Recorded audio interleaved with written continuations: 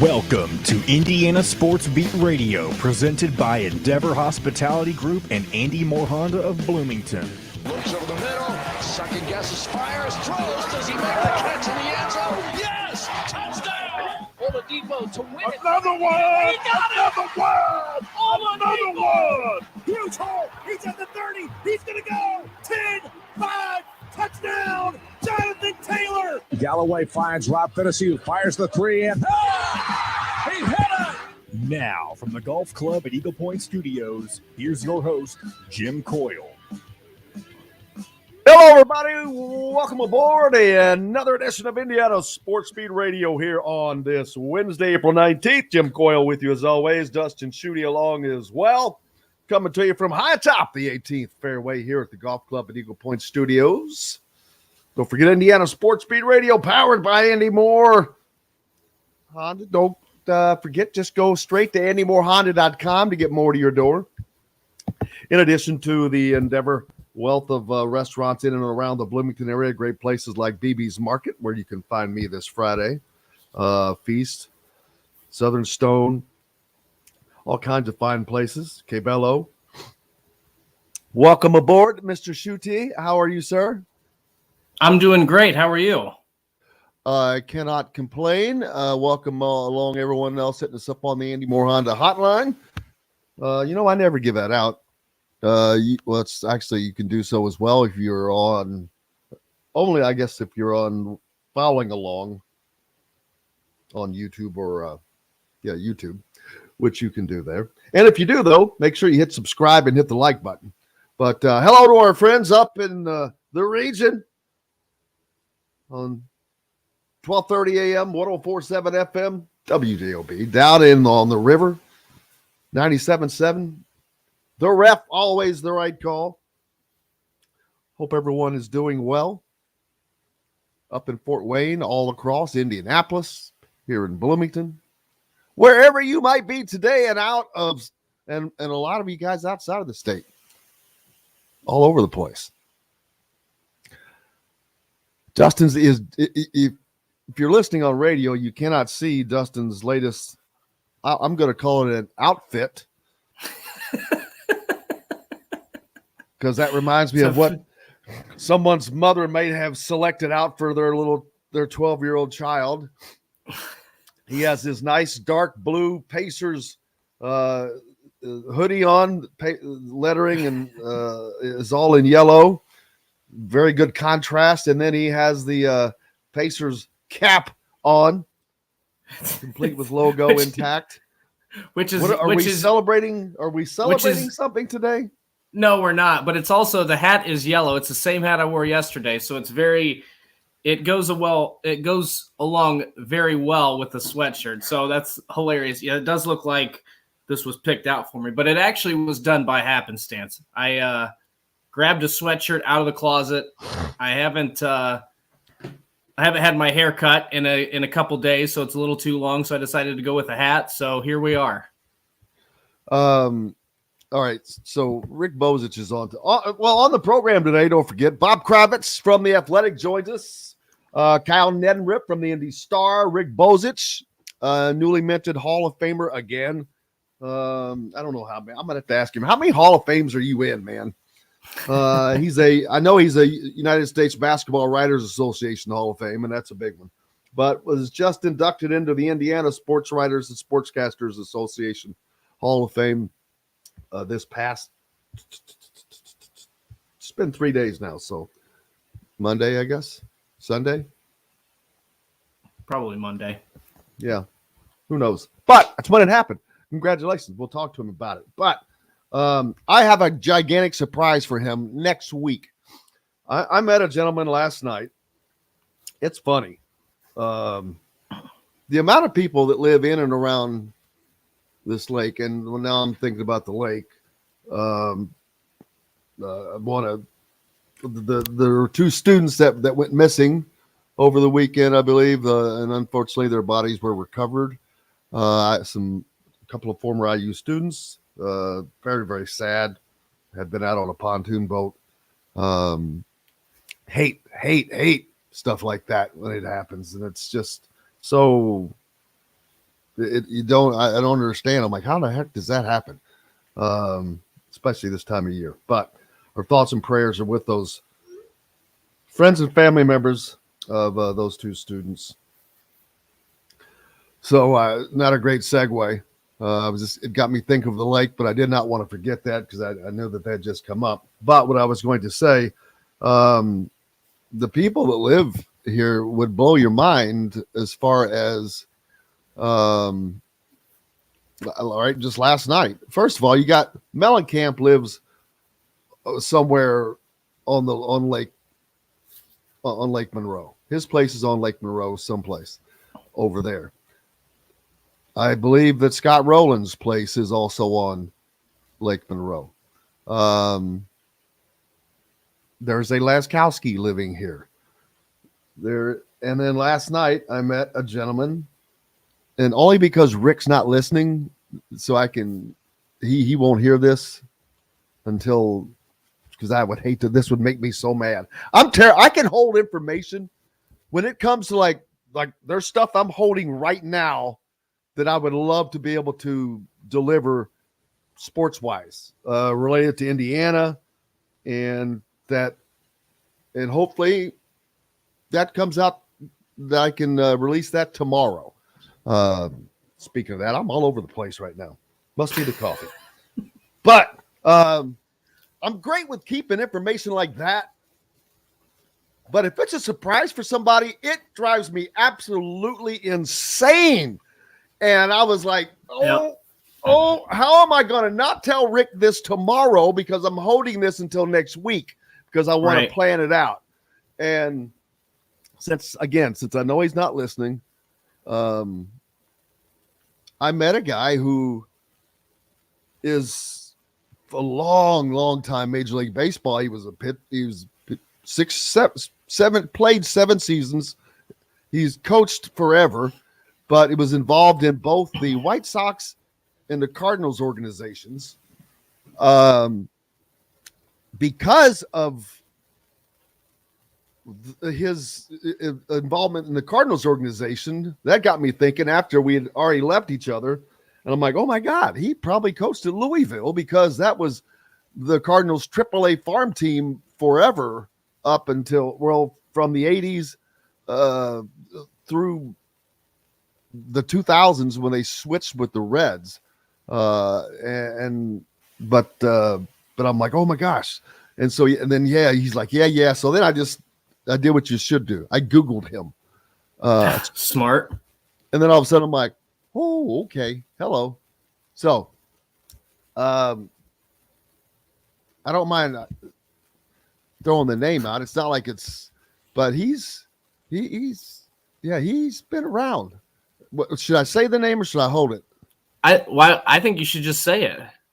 We're all in suspense here. If Rick's not listening and you're gonna save it for next week, I mean, I think we should know. Now, all of our listeners are up in the region, Chicago, that listen on WJOB. They're going to be very, very familiar with this name. Man, and Jim's forgot. Oh, I know it. No, I have it. The way you paused there, I was like, he forgot his name already. I'm just trying to decide if I should bust it out and let you all research the guy. Well, that's what I want to do next week or not. Well, I can tell you researching right now. That's true. All right, so everyone will be in on it except for Rick Bozich, unless someone spills the beans, which that would stink. So, all right, his name is Dyer Miller, Dyar Miller. Google him. He's legit. He's legit. Well, I mean, this is not somebody that he's played 7 years in the majors. He bullpen coach for the Cardinals for a season for Tony La Russa. Was involved in the Cardinals organization forever. Yep. So there's that. Just something cool. 19 with the Cardinals. 19 seasons with the Cardinals. How about that? But I mean, it just happened I just happened to start talking to him because they had come in from playing golf yesterday, and I was just sitting there, and I swear it was like, it reminded me of Caddyshack when, gosh dang it, who was the actor? Chevy Chase. No, I tell you, I can't get a Rodney Dangerfield. Dangerfield. Rodney Dangerfield, when he comes in with his guest and says, "Hey, Wong, don't tell him you're Jewish." It was a joke because he's obviously of Asian descent. Right. Boy, that one's flying right over here. Have you seen Caddyshack? I've seen Caddyshack. Yeah. I'm trying to think. Well, when I say have you seen it, to. do you know it? Because you don't just. Caddyshack is not a movie you watch. Caddyshack is a movie that you consume over a lifetime of being a male sports person. That's just one of those movies that was prior to your generation. I'm going to say for a couple of decades, that was a movie that was fed directly into the veins of most guys. There are nothing but line after line after line after line, quotable lines from that movie that are used on every golf course today, still nonstop. But yeah, it's there's that. So, but it's just, yeah, I'm looking forward to getting that. So yeah, research that dude, man. It's kind of cool. He has a place here. So I'll tell you what I'm going to try to do. I'm going to try to set it up if he's going to be here to do it from his place, because he's got like 5 or 6 World Series rings. Hi, you're just going to invite yourself over to his house? Hell yes. Dude, that's how you, brother, welcome to my world. Welcome to what this is. How do you think we sit around and wait for people to call us up and say, "Hey, I got an idea for you"? No, this is amazing though. I want to be there I want to see video footage of you asking to come over to his house. Because that would be do a radio show from his house. This sounds awesome. Do you think I'm afraid of that? My goodness. No, dude, I'm not. I don't think you're afraid, but I also think it's funny. I think he would love it. I think that he would love it because it's going to talk about some great stuff. But it got me to thinking. I was very fortunate when I was just starting out in this business, and I was an intern. No, I guess I was an employee by then. WOKY TV in Louisville. I started out as an intern there while I was at IU in summer. But it was all-star. It was all-star game coming up. And so Pee Wee Reese lived in Louisville. So we were just going over to his house to get some sound from Pee Wee Reese. And of those of you who don't know who Pee Wee Reese played for the Brooklyn Dodgers with Jackie Robinson, was the guy that Jackie Robinson credited probably with being the most accepting person of his acclamation into the majors. But also they played on several World Series teams together. And the coolest thing is, so we're downstairs in his very nondescript, normal-looking, blue-collar, middle class home out in South Louisville, and he had these 2 racks of baseball bats. Probably, I can't remember now, but probably this was way back, obviously before the advent of cell phone cameras and all that stuff, because I'd have been doing. You want to talk about selfie city, but probably had like 2 racks of say 7 bats each or something like that. Dude, these bats were all from the World Series from the 40s against all those great teams with those. It's crazy. And I was sitting there just putting my finger on my going, I just want to touch history. Seriously. It's like, You feel like I felt like I'm like, I just touched history because this bat was touched used by Pee Wee Reese, it was probably picked up and handed to him by Jackie Robinson at some point. Just, your mind goes nuts. But I'm like, this is some great historical stuff. But it's just cool to have that kind of stuff within access. We have Scott Rowland here. He's now a Hall of Famer, baseball Hall of Famer. Whether you like him, certain people are not. Mellencamp, I just mentioned, these are icons, all right here. That's nuts. That's crazy. And each place is usually kind of proud of, their people, although both of the ones I just mentioned, neither of them are from Bloomington. Right. Neither Mellencamp or Rowland, but just a great story to start out with this morning, I think. We got to take a break. Lots more coming up. I call him the king, Bobby K. Bob Kravitz from The Athletic should join us next. We're out. Back right after this.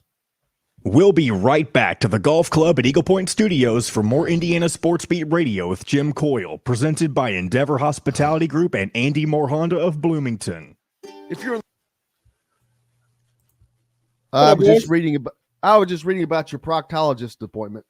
Oh, no, my heart. Just checking my heart. Aren't they in the same place? Oh, that's my brain you're talking about. Boom! See, John, where's my damn rim shot? John was supposed to be. I gave John his piece of equipment, $700 piece of equipment.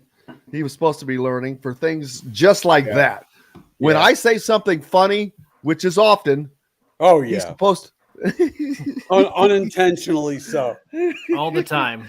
He's supposed to, boom, hit that ding. Here's the thing. Even if I did have it set up, I would have not known to use the rim shot right there. No one laughed. It was kind of funny. It would have been funnier if you said my brain, my proctologist brain. That'd be funny.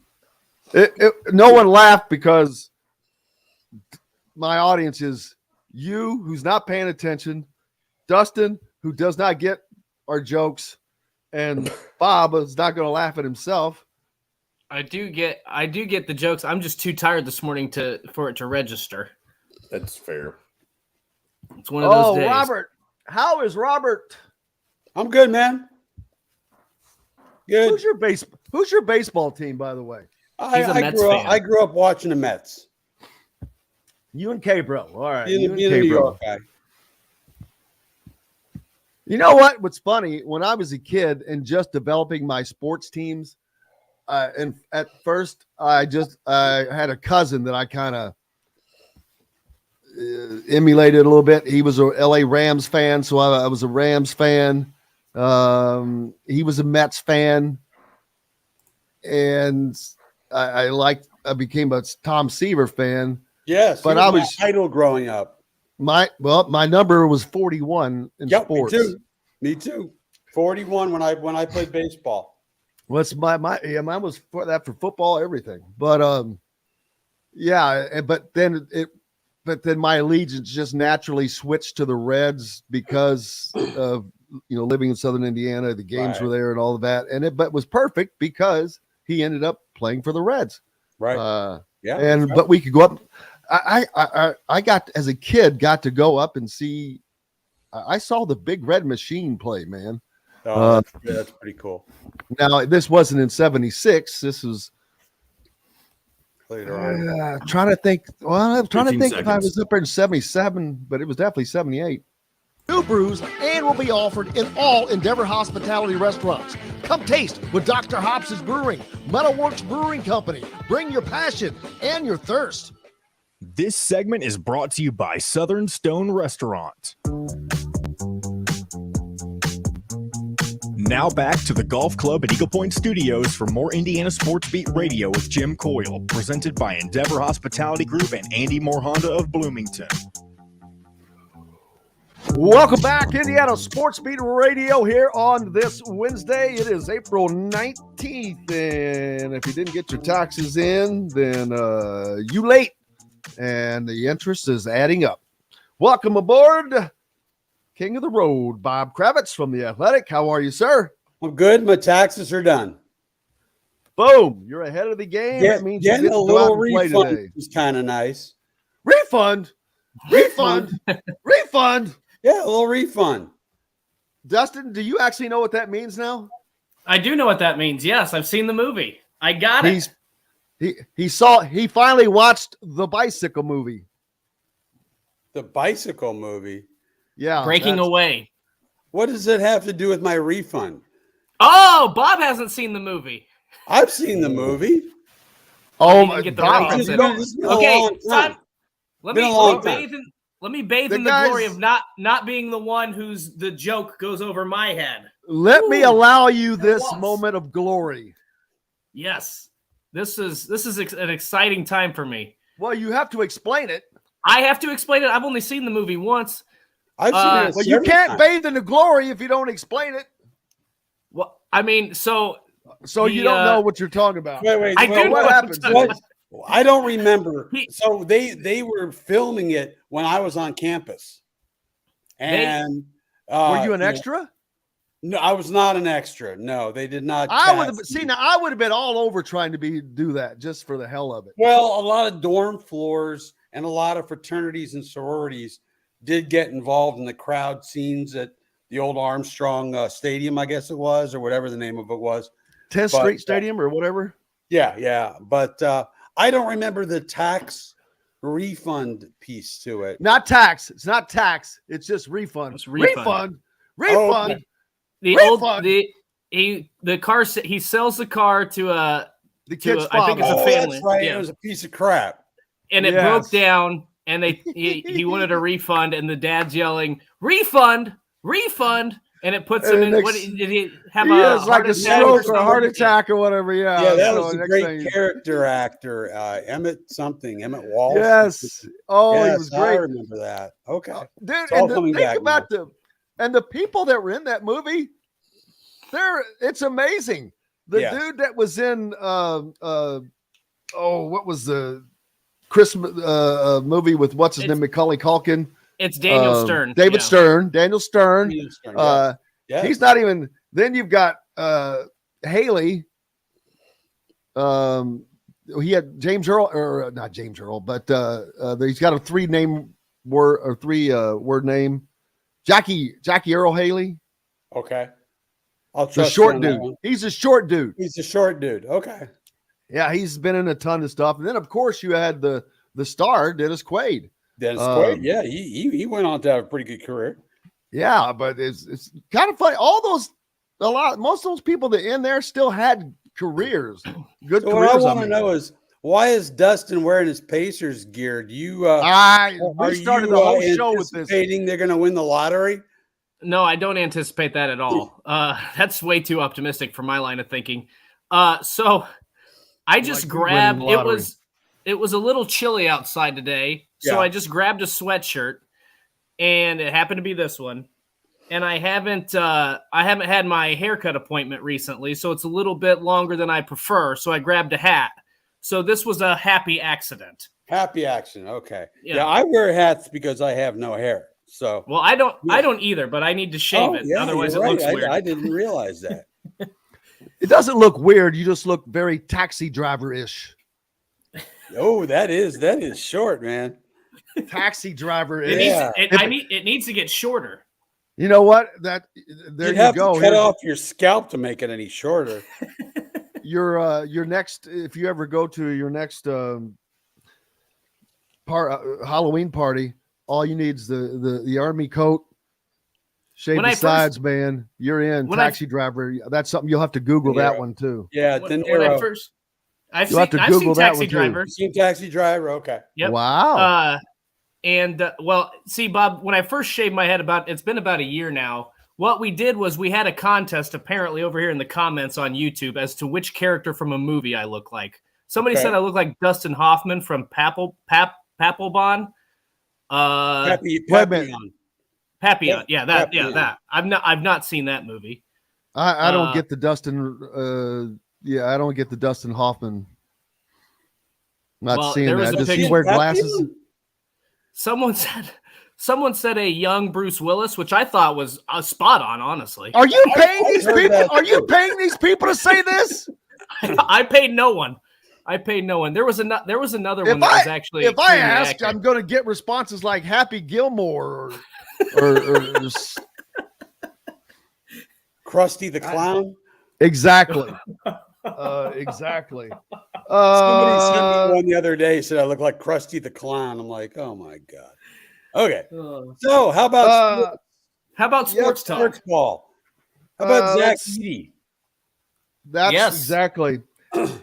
Bunny, he has to do this to go through yeah. the process. Oh, yeah. Gotta go through the Because he's got to start learning.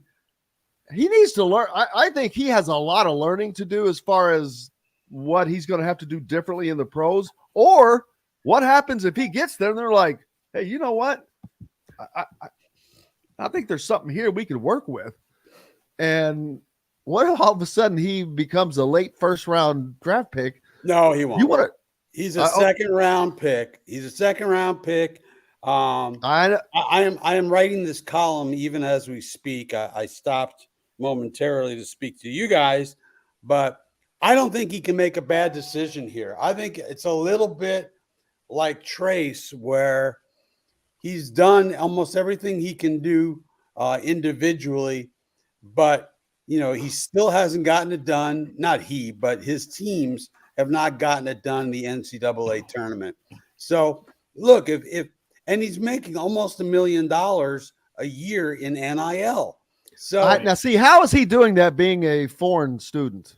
There's a way. Just like with Sheway, I don't know all the details, but he's making a good coin, and it's American coin, not those weird Canadian loonies.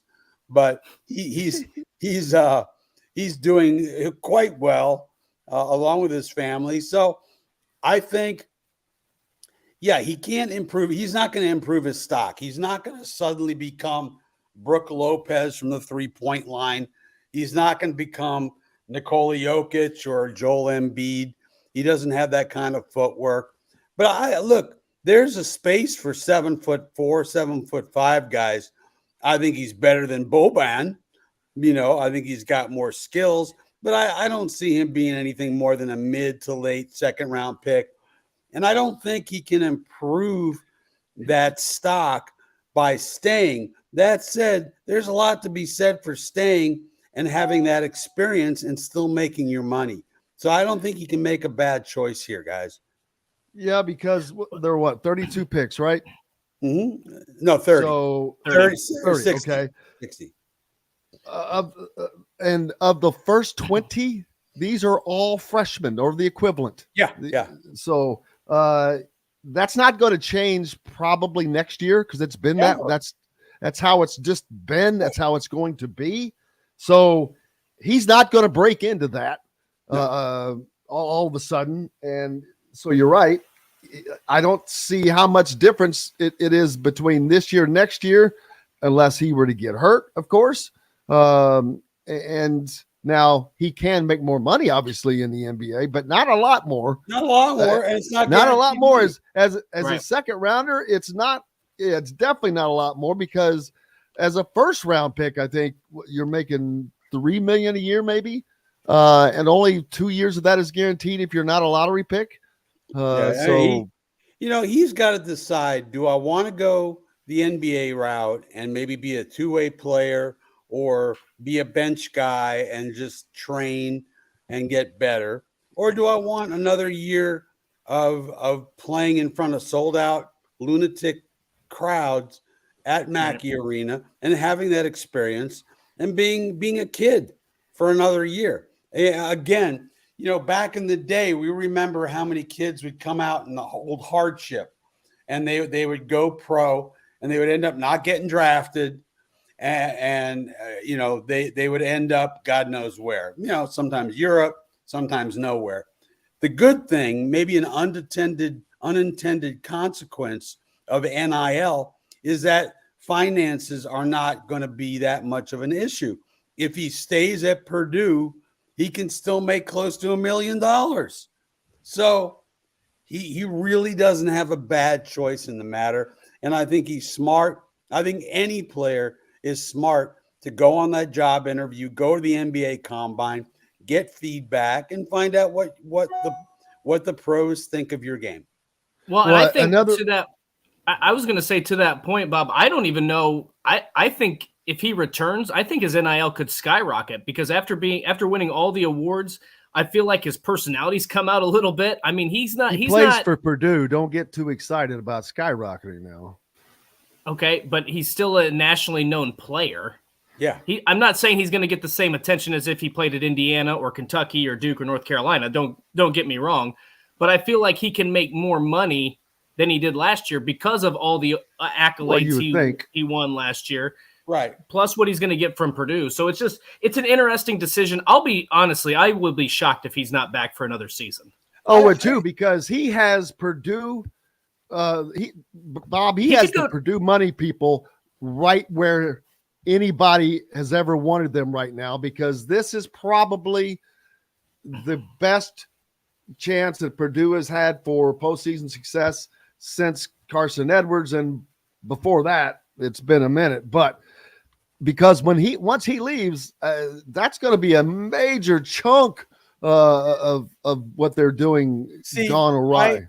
I tend to disagree with that a little bit, even though he is clearly the most important player on his team, maybe in the country. I mean, nobody is more reliant on Zach Edey than Purdue is with him. I feel like even if he goes pro, they're still a top 10, top 15 team. They still got a ton of talent. This Miles Colvin can play. I don't know much about Hyde. I don't know much about who's the other kid, Berg. You know, you've seen him pregame a little bit, but he's big. He's small compared to Zach, but they're going to be a really good team next year. Those freshman guards are going to be sophomores. Gillis first. I mean, they're going to be really good. So, I mean, I don't think they're as much as they depended on Edey. I think not having Edey makes them less reliant on the center and maybe makes them a better postseason team than they've been the last couple of years. And everybody wants to talk too, just real quick, about how good Purdue was that Elite Eight run with Carson Edwards. But I think a big factor that often gets overlooked is that year they didn't have an A.J. Hammonds or an Isaac Haas or a Zach Edey. They had Matt Harms who could run around the floor. And I feel like with Will Berg, he's kind of that same type of player, tall, skinny, can move around. I don't know what the future holds, but I feel like that puts them in a better position to make a deep run with him on and I'm like you, Bob. I don't know his skill set. I don't know much about him, but it's not like Purdue's going to go from first to worst once Zach Edey leaves. Right. Exactly. They're still going to be very, very good. And, will they win the Big Ten by 3 games? No. They may not even win the Big Ten. But I think that once they get to the postseason, I mean, poor Zach Edey was born 20 years too late. You're right. Yes. 20 years ago, he's a lottery pick. And he'd have a 15-year NBA career in front of him. Exactly. So that's kind of where it's at. With Indiana, where they are, Purdue doesn't have to do basically anything. They're one of the few teams, their roster pretty much set for next season. Indiana, completely different story. 7 new faces will be on that bench next year. They still have 3 or 4 of those to fill yet. Very, very important spots to fill. Right. Shooters and wings, and they haven't landed them yet, which not a huge deal, but you do see, I think of the top 50 players that were in the portal, 25 of those have already found a home. Okay. So, and then there's usually that second wave. There's names that Indiana's been related to that haven't gone anywhere yet, but it's not a lot is happening. What is your take on that? Well, I mean, you're right. The first wave has gone. I mean, there's still a lot of, significant names out there. But yeah, I mean, I'm curious. They picked up the Khalil Ware kid. Will they, with him and Renew, will they still be a low post dominant team the way they were this past year with Race and Trace? And I don't know. I think if Mike Woodson had his druthers, they would be more of a wing and guard centric team. So I will say this: Jalen Deloche is a 6'9" kid that was scheduled to come visit last week, and then apparently it was postponed because Mike was having knee surgery. Okay. He went on to a visit to Penn State, where his old coach from VCU, Mike Rhodes, is. And then I think yesterday he was scheduled to have a Zoom call with John Calipari.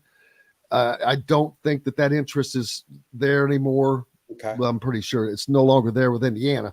Their focus is on shooters, wings, yes, probably another guard. That is their sole focus. Did they wait? I'm not going to say that they wait too long, because they may be in on the exact guys that they've had. Right. It's hard to say. And because you never know what's going on behind the scenes. Right. You don't. Hey, real quick, just something you always ask me what I'm doing, and a lot of times I say, hell, I don't know. So I'm working on a story on the 25th anniversary of the Peyton Manning Ryan Leaf draft, which, if I don't get sidetracked, should come out sometime next week, in time for the draft. So look for that. And I've got to go get my heart checked today, so I'm going to have to leave you a little bit early. I apologize, but we're good. Yeah, so's my heart, but I got to get it checked every year. As long as you've got one, that's a step ahead, brother. That's questionable. That's a step up. But no, we appreciate you. Hope the ticker is running quite well, and we'll look forward to following up on these conversations next week. Sounds good, boys. Take care. Enjoy it. Bob Kravitz from The Athletic. Make sure you're following him and become a subscriber. I am. We got lots more coming up here on Indiana Sports Beat Radio. Kyle Neddenriep. We'll see where are the seniors going to play. What's the AAU season is about already upon us. Rick Bozich joins us later. More to talk about there. And didn't mention yet, Indiana baseball. Gigantic. Well, I shouldn't say a gigantic win, but what I just called a solid, thorough, what was it I put in my tweet? That was just a solid, never in doubt, without question, win over number 12 Louisville team yesterday. I think the final score was 7-3, but they were leading that game. I didn't see the first inning, so I don't know if Louisville, I have to go back and look, scored in the first inning, but it was 5-6-1 the whole game. Indiana was just methodical, looking pretty good. Number 12 RPI, like I said, they took down number 12 Louisville, always with a great program, and they just looked really good yesterday. Indiana leading the Big Ten, and man, they got something going on. Jeff Mercer. Back with more Indiana Sports Beat Radio right after this. We'll be right back to the Golf Club at Eagle Point Studios for more Indiana Sports Beat Radio with Jim Coyle, presented by Endeavor Hospitality Group and Andy Moore Honda of Bloomington. Yeah, I saw that, and then the next thing you look down and it's 10 minutes later. And Bob needing to go out. And we're gonna I'm gonna have to be, and Dustin, make sure you are always conscious that although we record in the morning, we're not a morning show. I'm not saying it because you didn't say anything, but I've got to make sure I stay on this about to the guests, because especially once we add Fort Wayne, that's gonna be the latest that we're on, and that'll be at like 3 in the afternoon or something like that, I think. What are you talking about? Not 3 in the morning. I know, but it's not a problem in terms of talking, but in the season, there's usually a lot of stuff that happens between when we record and when it airs. Yeah, but see, that's why we're more informational interviewing. We're not. That's true. Breaking We'll news. leave that. I'll leave that stuff for, especially, and John would be able to control because they're only doing an hour. So, and John can control that. And it'd be just mainly plugging in the two best interviews of the day. Bam, bam. Plug and play. Plug and play. Plug and play.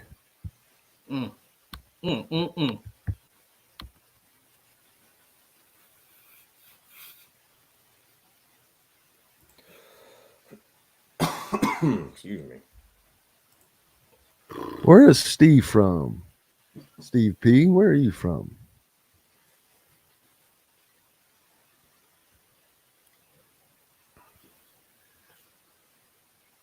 Dun dun dun dun dun dun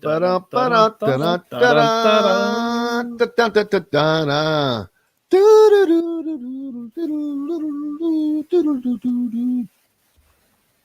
Oh, I know what. The goofy conversations are usually Dustin's category. Correct. I do have fun. One that falls in under for me. Okay. What do we got? And I can't believe I spelled it AOL. AOL. That's my brain worked. All right, here we go. Keep it a surprise. At BB's Market with no extra charge. So leave the heavy lifting to us and enjoy healthy eating with stocked meals in your fridge. Order online today at thefreshfork.com. Fresh Fork is a proud partner of WOW Network. This segment is brought to you by Remax Advanced Realty, Indie Home Pros team by Cheryl Sizemore.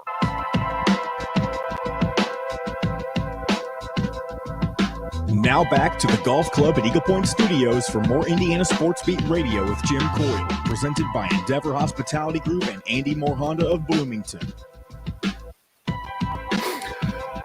Welcome back, Indiana Sports Beat Radio here on this Wednesday, April 19th, coming to you from high atop the 18th fairway at the Golf Club at Eagle Point Studios. I hope you're having a great day. It is a good-looking one and expected to be that way all day here in central Indiana, where I am located.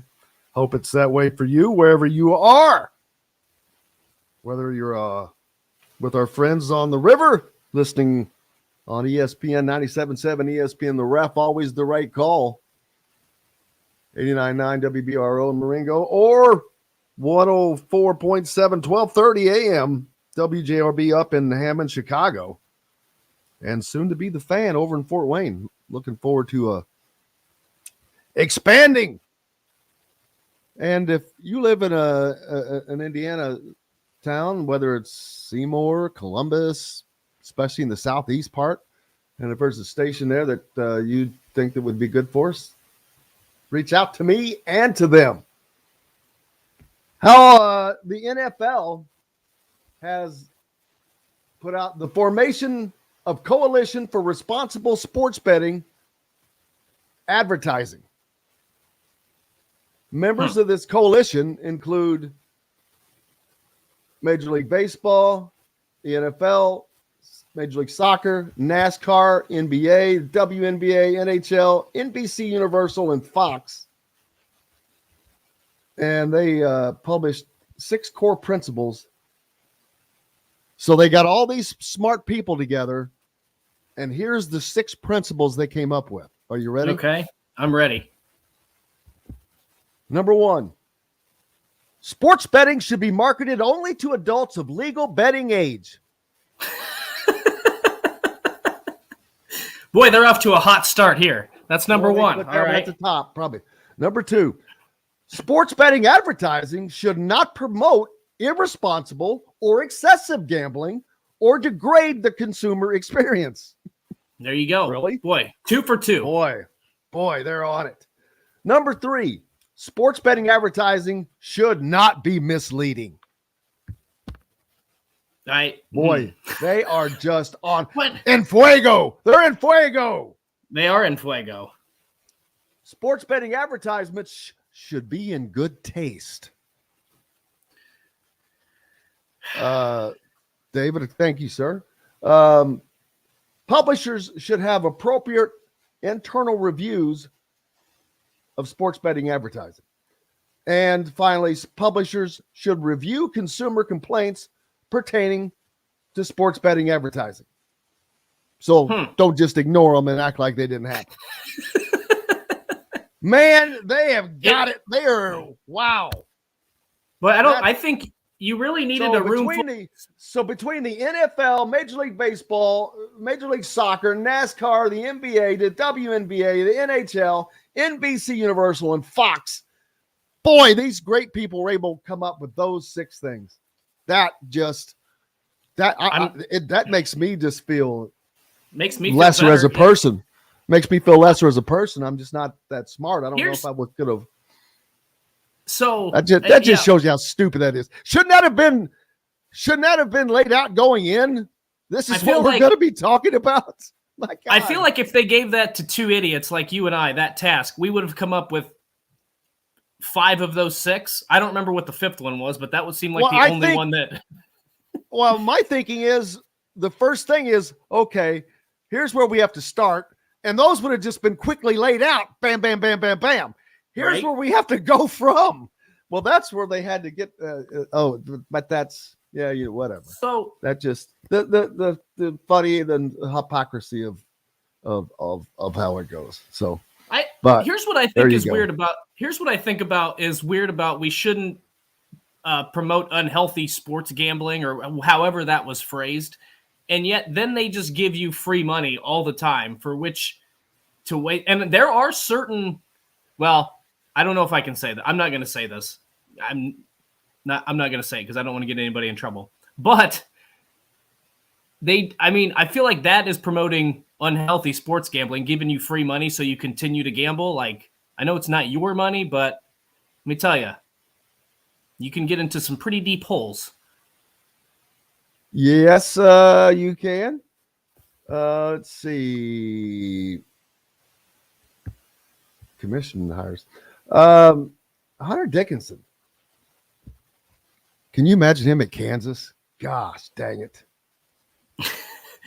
Can you imagine him anywhere other than Michigan? Well, that's the Kansas roster in its current form looks pretty good on the interior. This is from The Athletic. Man, yeah, if they add him, boy. But doesn't always mean everything. No, you look at the women's game last year. How many did South Carolina's entire starting 5 get drafted? I know that's the WNBA, but if you look at the top 20 draft picks of the NBA, right? How many of those guys who went the furthest? That's a great question. Yeah, I don't know. But I mean, the thing is again, this comes down to it's not just a matter of the player. It's you have to be able to fit. And I'm not saying Hunter Dickinson wouldn't fit with Kansas or wouldn't fit with Maryland or whatever, but there's an assumption that because a guy averaged a double-double or because he shot whatever 30%, 35% from behind the three-point line, whatever the case might be, that he's just going to fit right in and do that immediately at the next stop. And some players are good enough where that they can do that. They fit the system. They gel really well with their other teammates. We see that all the time. But there's also times when that doesn't happen. I mean, we talked the other day or a couple days ago about Sky Clark in Illinois with Kevin Sweeney. And I understand he was a recruit, not a transfer, but it's the same sort of thing where a lot of people hyped him up, thought he was going to be that kind of missing link at the guard position that Illinois needed to be a Big Ten champion and a Final Four contender, and it just didn't work. So you never know. I mean, obviously you want to get a player like Hunter Dickinson. He's very versatile. He can do a lot of things on the court for you. He's kind of got that edge about him. Some people, obviously, very cocky player. Some people like it. Some people hate it. Doesn't matter. He plays with a lot of confidence. So he is going to be a good addition, but it doesn't necessarily translate to win. So it's always wait and see. Just because you pick up a guy from the portal doesn't mean he's going to be an instant success for your team. Absolutely. And even though this is football, looking across at who actually develops players, and this is in the Athletic, from a 5-star to the top 10 NFL draft. And from a percentage standpoint, Stanford they signed 6, but they had 5 of them get drafted, which is 83%. Then you jump to Clemson and had 16 and 12 drafted at 75%. That's a nice number. Texas A&M at 11, Miami with 7, Alabama 44. 44. Yeah. That number that's double Ohio State. There you go. Okay, you take that, now you add another, there's Georgia, 34. It's going to be still a very difficult. The football playing field is not going to be leveled just yet. No, it takes time. Where and by the way, boom, football, well, not so much. Not necessarily. I mean, look, so this all boils down to the expansion of the tournaments. So you look at when the NCAA tournament went to 64 team field, or 68, however you want to look at it. And it was just within the last 5 years that we've seen a 16 beat a 1. It took a lot of time to get that sort of parity where we could see that sort of upset. I mean, it had come close, but it had never happened. And the same thing eventually is going to happen in college football. And again, it's not necessarily going to be that the number 12 team is going to win the whole thing, but where you'll finally get to see some upsets. But it takes time. It took 30 You'll plus see years. upsets, but I don't think you're going to see that no, I don't think so team either. make the run. But what is impressive by Alabama, signing 44 5-stars, which, like I said, that's double Ohio State. But they still put 68% of them were drafted, which is higher than Ohio State's number at 62%. But more importantly, then he dropped down. Texas, 17 5-stars signed, only 4 drafted. That's only 23%. USC is at the bottom with 29 signed, 15 drafted. That's at 50%. So, just because Texas, Oklahoma, Auburn, Tennessee, Notre Dame, UCLA, Ole Miss, LSU, all of those teams are below 50%. Oregon is right at 50% with just 6-3, and USC with 29 and 15. But as far as developing, but that's that. But that's football is just going to. College basketball is going to be a game that can always be won, that can always be upset, that you can always have an FAU. You can always have a party crasher, man. That's just not going to happen. Even when we go to 12 teams in the college football playoffs, I agree with you. You'll have an upset once.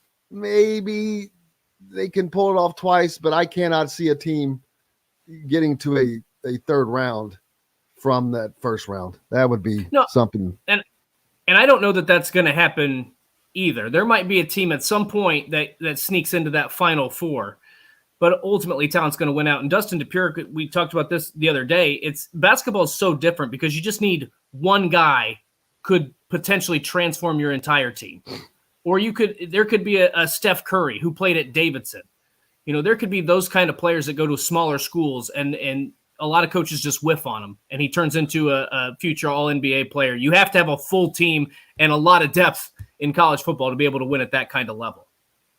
Yeah, we'll see. I think that maybe with the advent of adding more playoff teams coming, that it will actually be able to they'll find its level. Water find its level, because now you instead of just being 4 shots to get there, which means you better be playing for Ohio State or Michigan or Clemson or Alabama or Georgia to get into a playoff game. You don't have to do that anymore with 12. Right. So Maybe it does. We'll see. We've got to take a break.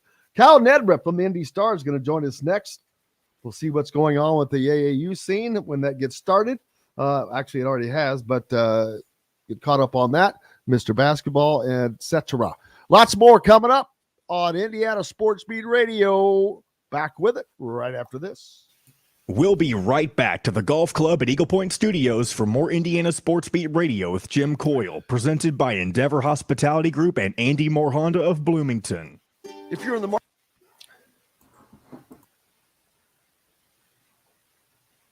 here comes the sun, doo-doo-doo-doo. Here comes the sun, and I say it's all right. Doo-doo-doo-doo-doo-doo. For those of you that are watching, listening on YouTube, please hit the subscribe button and the like button. And while you're at it, if you are on Twitter, please give me a follow on Twitter. I would greatly appreciate it. At Jim Coyle, ISB. And while you're in there, at Schutte Dustin. Just because he's got a backwards name. That's right. I need more coffee too.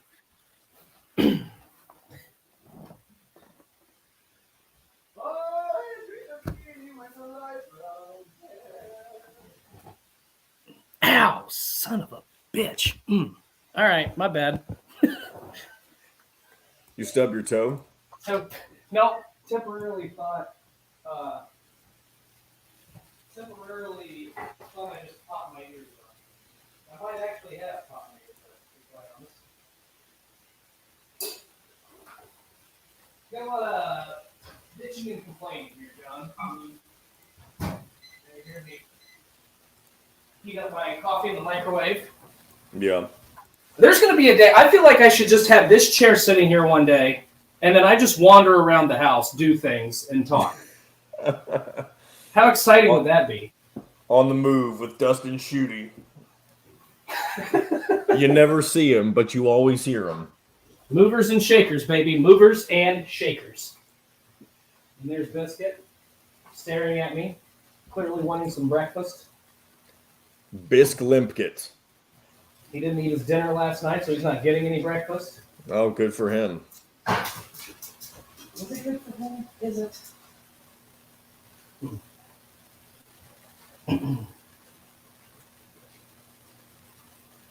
Was it on this show that people were hating on Limp Bizkit the other day? Who was it that was complaining? I don't know if we were hating on it, but Dustin DePuric with that backwards hat. Oh, that's right. That's where that came from. It's fun that you mentioned that because that's exactly what I thought too. When I saw that backwards hat, I was like, "That's a Limp Bizkit."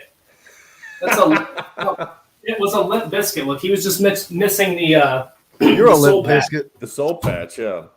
That's all he was missing, man. All right, here we go. Kyle should be on shortly.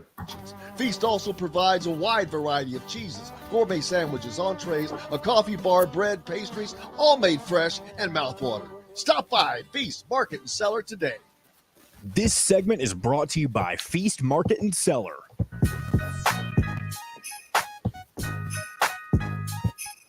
Now back to the Golf Club at Eagle Point Studios for more Indiana Sports Beat Radio with Jim Coyle, presented by Endeavor Hospitality Group and Andy Moore Honda of Bloomington. Welcome back, Indiana Sports Beat Radio here on this Wednesday. It's April 19th. I hope you've got a good start to the week going. If not, hope we're helping you head the right way. It's downhill from here. Well, man, it's hump day. That's true. That's true. Okay. Hump day. I thought the way you phrased that made it sound like if you're having a bad week, it's about to get worse. No, getting to the weekend. It's downhill from getting to the weekend. There we go. All right. We're halfway there. It is hump day, and I hope it's a good one no matter where you are. Beautiful. Here in central Indiana, going to be a high of 81 and sun all day. As I look ahead, though, tomorrow, another high of 84, but clouds coming in. And the only reason I'm bringing this up is Friday is little 500 for the women, and man, that looks like that is going to be an absolute soaker. Maybe in a high of 59 on Saturday, 24% chance of rain for the men, and a high of 54. So that's going to be something. Joined now by Kyle Neddenriep from Indy Star. How are you, sir? Doing well, doing well. Can I jump in here really quick? I have not been able to say this to Kyle, and I need to. Well, Kyle, I've been trying to get you not to, because it's not a pro. No, I'm kidding. It's not. Every time I see Kyle and I see a picture of Joey Hauser, the basketball player from Michigan State, I swear you guys could be related. We are, in fact. No, I'm just kidding. I'll have to look him up. I don't know how to take that, Dustin. If that's I feel like it's a compliment. I feel like it's a compliment. His image pops up, and I'm like, why is Kyle playing for Michigan? Oh wait, no. Isn't he a twin? Are they twins? But unless he's in his 40s, then we're definitely not twins. No, he's has a twin brother, I think. Right. There's two Hauser brothers. I think you're right. I thought they were twins. Twins. There are brothers, but I don't know if they're twins. That's a good question. Zane Dowdy quickly after a Valpo's coach had a change, he reopened his recruitment, but quickly found a home not very far away, just a little further east, over in Muncie, Indiana. But now we'll be getting to play for Michael Lewis and at Ball State. So the big man from the undefeated state champion Ben Davis Giants, rather, moving over there. That's kind of a move up and the needed spot, since they lost. One of the things that they lost was Peyton Sparks to Indiana.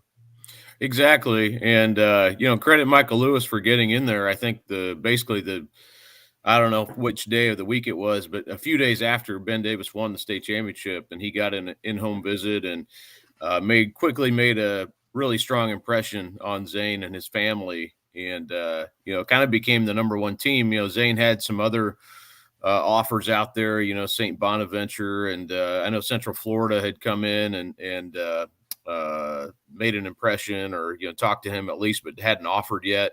And actually Valpo kind of at the last, after Powell got hired there, they came in and made a pretty strong impression as well. And that was kind of after he'd sort of just not even considered Valpo anymore, because there's so much turnover and coaching change, obviously. So it's basically kind of starting from scratch. But, credit Valpo for getting in there and at least making it a decision for him. But once he went to Ball State for an official visit, and, that kind of settled the decision for him. And I think that was probably headed that way anyway. And, I'll be honest, I think it's a great situation, because you mentioned Sparks leaving, and, I don't know how soon he can be, sort of an impact player or whatever, but he's a strong dude, even as a high school senior. And, so I don't think that will be an issue. It's probably more of the speed of the game and just that sort of thing, getting comfortable playing in a college environment and just more athletic players. But, he's played against Flory, he's played against Xavier Booker. It's not like he hasn't played against great competition throughout his career. So, I really like this situation for him, and, getting a chance to play for Michael Lewis, I think is a good fit as well, a guy who's really going to push him. And Zane, I think, likes to be coached, likes to be, challenged, and always played his best against the best players. So, I think it's the right level for him, and I'm glad he's staying in state, and I think it'll be a perfect situation. I don't know if it's perfect, but I think it's a good situation for him to go into. There you go. They are not twins. Joey does have a brother, Sam, who that's right, plays for the Celtics already. So I was thinking they were twins for some reason. Cool. Thank you very much, guys, for that info. The portal. So the portal, there had been a lot of concern that the portal is going to hurt the high schoolers so much, when there's actually also there's opportunities. It may be taking away some bigger opportunities for them, but that is doing is taking some of the guesswork out for these coaches, because means, but I will use Logan Duncombe as an example. He looks like a surefire hit coming out of high school, and for whatever reason, it doesn't work out at Indiana. They're going to start taking less and less chances like that. But by doing that, it's going to open up other spots. And this is exactly one that I'm speaking of. Peyton Sparks, of course, comes to Indiana. Zane Dowdy, he never had a chance to come to Indiana, but with Peyton Sparks in Muncie, he didn't have a shot really at going to Ball State. And so all this movement is still allowing these high school kids. It may not allow them to go to as big of places as they'd like to go to start, but they will always have an opportunity to actually go and develop with probably less pressure, and maybe be able to then, after a year or two, move up to someplace else. Sure. I mean, yeah, that's something. Obviously, Peyton Sparks' journey, he doesn't come to Indiana out of high school for sure.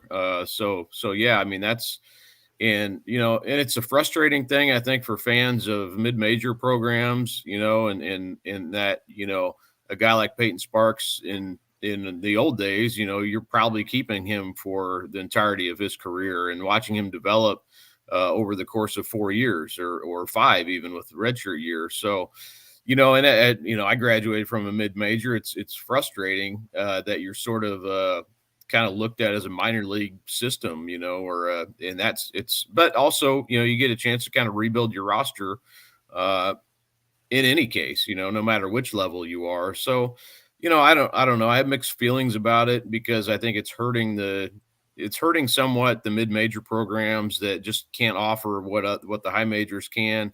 And I worry about, people may not care. I'm Missouri Valley, a graduate of a Missouri Valley conference school, and I know what that conference can be and what it still is. Really, it's a very unique, great Midwest conference that, I think they should get multiple bids. Almost, I think a team like Bradley this year would have done some damage in the tournament, but Drake knocked them out, and it's a 1-bid league now. So, but that's another sidebar. But I worry about that level of basketball at the Division I level, and I always think they don't get enough teams in anyway. But this just makes it harder, I think, when you can't maybe keep that continuity. But you're right; it does open up, It does open up some opportunities, and that's probably, Jim, one way of thinking about it. It's more of a positive silver lining to this for a kid like Zane Dowdy. But it is frustrating because if he goes out and has a dynamite couple of years, he'll be off to a high major. So I guess there's the two sides of it, but it's kind of where we're at right now.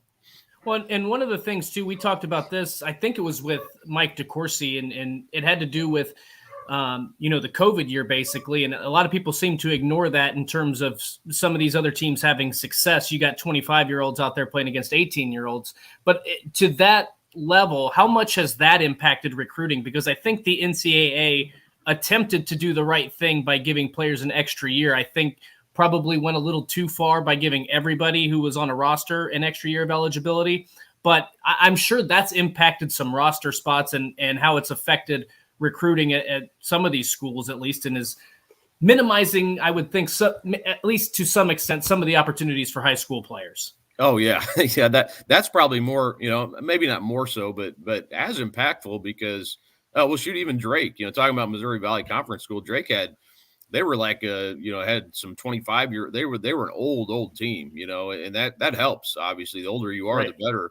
But yeah, I mean, that has definitely factored in. And I think you're right, Dustin, I don't blame the NCAA for doing what they did there, but yeah, it had a longer ramification.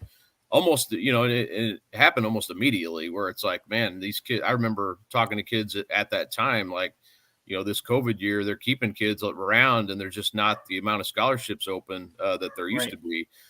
So yeah, that's definitely, and that'll be, I have to do the math. I mean, that'll be probably phased out here before too long, but yeah, that has impacted things as well. And, when you have guys who are already established at the college level and you get another year with them, I mean, of course that's going to, you're going to value them over a high school kid that you don't have any idea that what he can do for sure. So yeah, that's definitely part of all this too. And I think probably something, maybe we didn't realize at the time, and maybe it didn't seem like a huge deal, but when you factor in NIL and you're keeping kids around longer than they used to anyway, and then you add another year on top of it, it created a real glut there of just more people staying around in college basketball.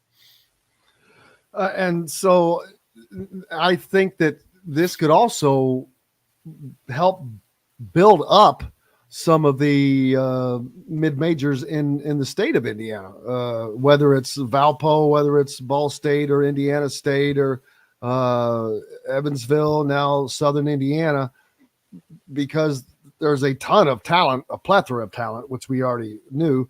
But now some of these guys, maybe they're thinking, hey, if I stay close, maybe I've got a better shot of ending up at Indiana or ending up at Purdue or ending up at Butler or ending up at Notre Dame or Ohio State or one of these other schools right here that just sucks the talent out of, there's probably, 12 big time programs that really drains the talent from Indiana.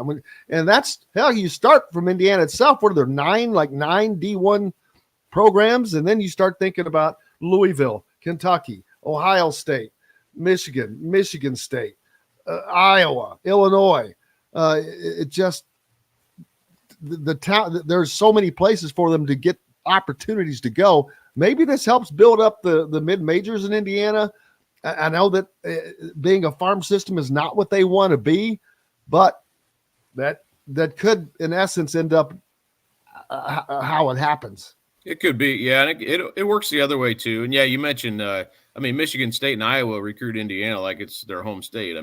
There's programs like that just they're constantly here. So yeah, there's certainly a challenge to if you're wanting to keep those kids, and some fits, or Tony Perkins went to Iowa from Lawrence North, and he didn't have any in-state offers. So sometimes it's just a matter of a fit, or they just recruit a kid better than an in-state program does, or whatever. But and Tony came back and showed he kind of showed Indiana what they're missing in that game this year, and I know he was excited for that. But that's just many in Iowa's gotten maybe as many. I know Michigan State probably stands alone, but man, if you went back and looked, Iowa is sneaky because there's names that you forget about, and you just had Jack Nungy, but even going farther back than that, God, I am drawing a blank on the from early 2000s from down there in Southwest Indiana. Oh, Brody Boyd.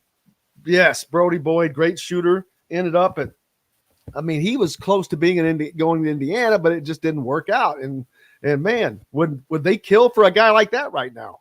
Well, and they're always here. They may not get Trace Jackson Davis. They're in on him. They're always among the schools that are in there on some of the top guys, and they may not always get them, but they really recruit hard over here. And that's that's a good program. It's another challenging team. But yeah, to your point, it also works the other way too. If you have guys who are maybe not doing, what maybe you expected them to do, come in, and then they bounce back down to a mid-major or even a low major sometimes. So you'll have some of that as well with this freedom of movement now in college basketball. So it can work both ways. And again, you don't know, maybe that kid hasn't played or hasn't played as much at a high major level, so you don't know what he can do necessarily, but he at least gets a chance at the lower level to succeed. So, yeah, that can also work that way as well. It's not always moving up. In fact, more moving down than up. But yeah, it can work both ways. And I know that these programs do not want to accept and say that, oh, yeah, okay, we're in essence a feeder system because that's not what they want to be. But that could work out for them. Man, I forgot the point where I was going with that. Oh well, I forgot where I was going with that. It had a great lost his train of thought. I did, man. That ADHD just jumped up and bit me right in the behind. I was going to say they don't want to they can't as competitors say, okay, we're going to accept that. And because you look at it, FAU, who just went to the Final Four, and there is no bigger representation of a mid-major than Florida Atlantic. Absolutely. I mean, Florida Atlantic probably had less of a chance to make it than the teams we can look back that have made it over the last decade or so that surprised us, whether it was George Washington or VCU George Mason. or whomever, George Mason, rather. Mm-hmm. I mean, FAU was probably the biggest surprise in I don't know how long that crashed the party. Yeah, well, and you watch them play, and it's like that's not even a surprise. You know, they were a legit, very good team. It kind of, I know people. Sometimes you make broad judgments on things like, oh, mid majors can't compete now, and then you see that, and well, it's like, well, I mean, shoot, they can do it, then we can do it. So it shows you that you can put a team together that can compete. And it's also, the randomness of the tournament. Sometimes it's so dependent on matchups and how you're playing in the moment. And, so I don't know that there's a broad judgment that you can make on that. But, credit to Florida Atlantic. They took advantage of that opportunity. And, man, they were as good as anybody other than UConn still playing there at the end of the season. So, they're and I don't know if they can build on that. If that's it's hard to sustain at that level. So we'll see. But I'm really curious to see how they end up doing.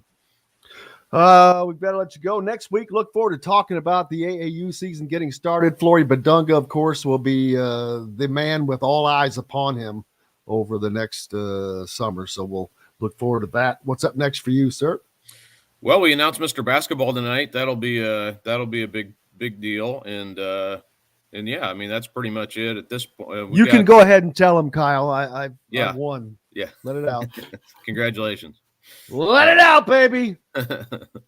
So yeah, that'll probably be old news by the time we talk next week, but that's coming up tonight. And then what time, what's the best way for people to find out from you guys? Yeah, we'll have it posted. Just follow you on Twitter. Yeah, we'll have it posted probably about 8:00 or so. It's a part of our Indy Star Sports Awards banquet tonight. So this is we used to do it this way prior to the pandemic for I think 4 years, and then pandemic kind of canceled that, and we did it again last year, but didn't have Mr. Basketball as part of it. So now we're going back to that. So we'll see. I don't know if this will be how we'll do it here forward or not, but it's a neat deal. Bring the finalists in for all of the different sports, and it's more than just Mr. Basketball. It's a lot of different awards and whatnot. So it's a fun night, chance to honor those kids in all those sports, and have a good time with it. Xavier Booker from Cathedral going to Michigan State. Marcus Burton from Penn. Is he still going to Notre Dame? Yes. Miles Coven from Heritage Christian. Purdue. Logan Imes from Zionsville. Penn State. Is he still going to Penn State? No, and actually he's not a finalist. That's it's Joey Hart and Zane and Central Florida. And Zane Dowdy, who's now going to Ball State. So yeah, there you go. Mason Jones who's going to Ball State as well from Valpo, and then who am I missing there? You said Colvin, you said Burton, you said Booker, Orme. There's 6 of them. JQ Roberts. No. Well, we'll find out tonight. Look forward to it, and we'll push that out there. Make sure you give Kyle a follow. Stay up on top of that and at the Indy Star. Kyle, appreciate you, brother. You bet. Thanks, guys. You bet. Back with more right after this. The great Rick Bozich joins us, and we've got a new Hall of Fame plaque to hang on his mantle. Back right after this. We'll be right back to the Golf Club at Eagle Point Studios for more Indiana Sports Beat Radio with Jim Coyle, presented by Endeavor Hospitality Group and Andy Moore Honda of Bloomington. Whether it's We're going to have to get a special custom walk-up song for Rick with dancers, with the dancers in the background, the whole thing, something like a Saturday Night Live. The dancers like on Saturday Night Live, what was that spit on? Ooh-wee. What's up with that? What's up with that? Yeah. Who's getting Mr. Basketball? Burton or Booker or Colvin?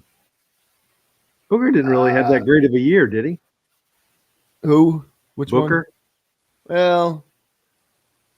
Well, he had probably the most expectations around him. Right. And they did not. They won the title as a junior, but not. Right. You get beat by Ben Davis. They were just a better team, but that's going to be the kids from.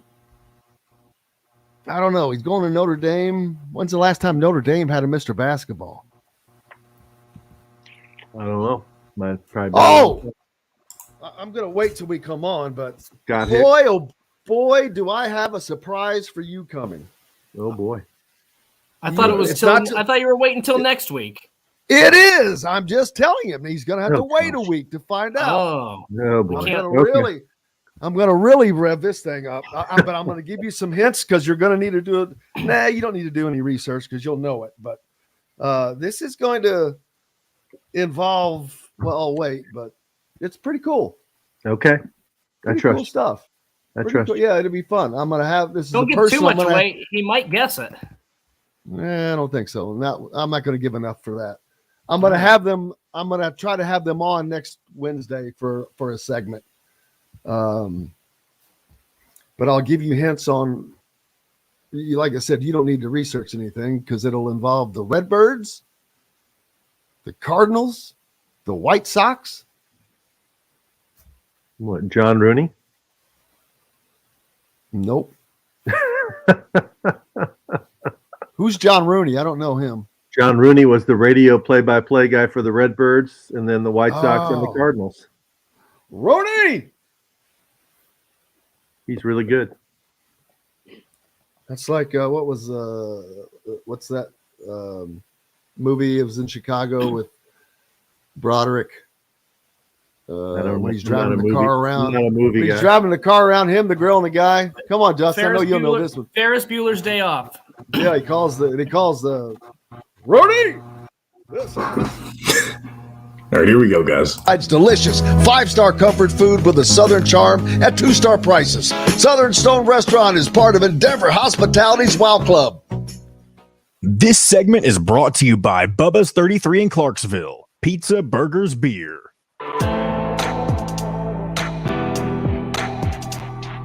Now back to the Golf Club at Eagle Point Studios for more Indiana Sports Beat Radio with Jim Coyne, presented by Endeavor Hospitality Group and Andy Moore Honda of Bloomington.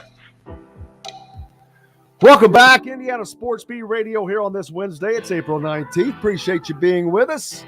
Joined now by our good friend Rick Bozich from WDRB.com and already holder of Hall of Fame honors from the United States Basketball Writers Association. And now congratulations. I know that this is not what you want to talk about, but the Indiana Sports Writers and Sportscasters Association inducted you on the 16th. So congratulations.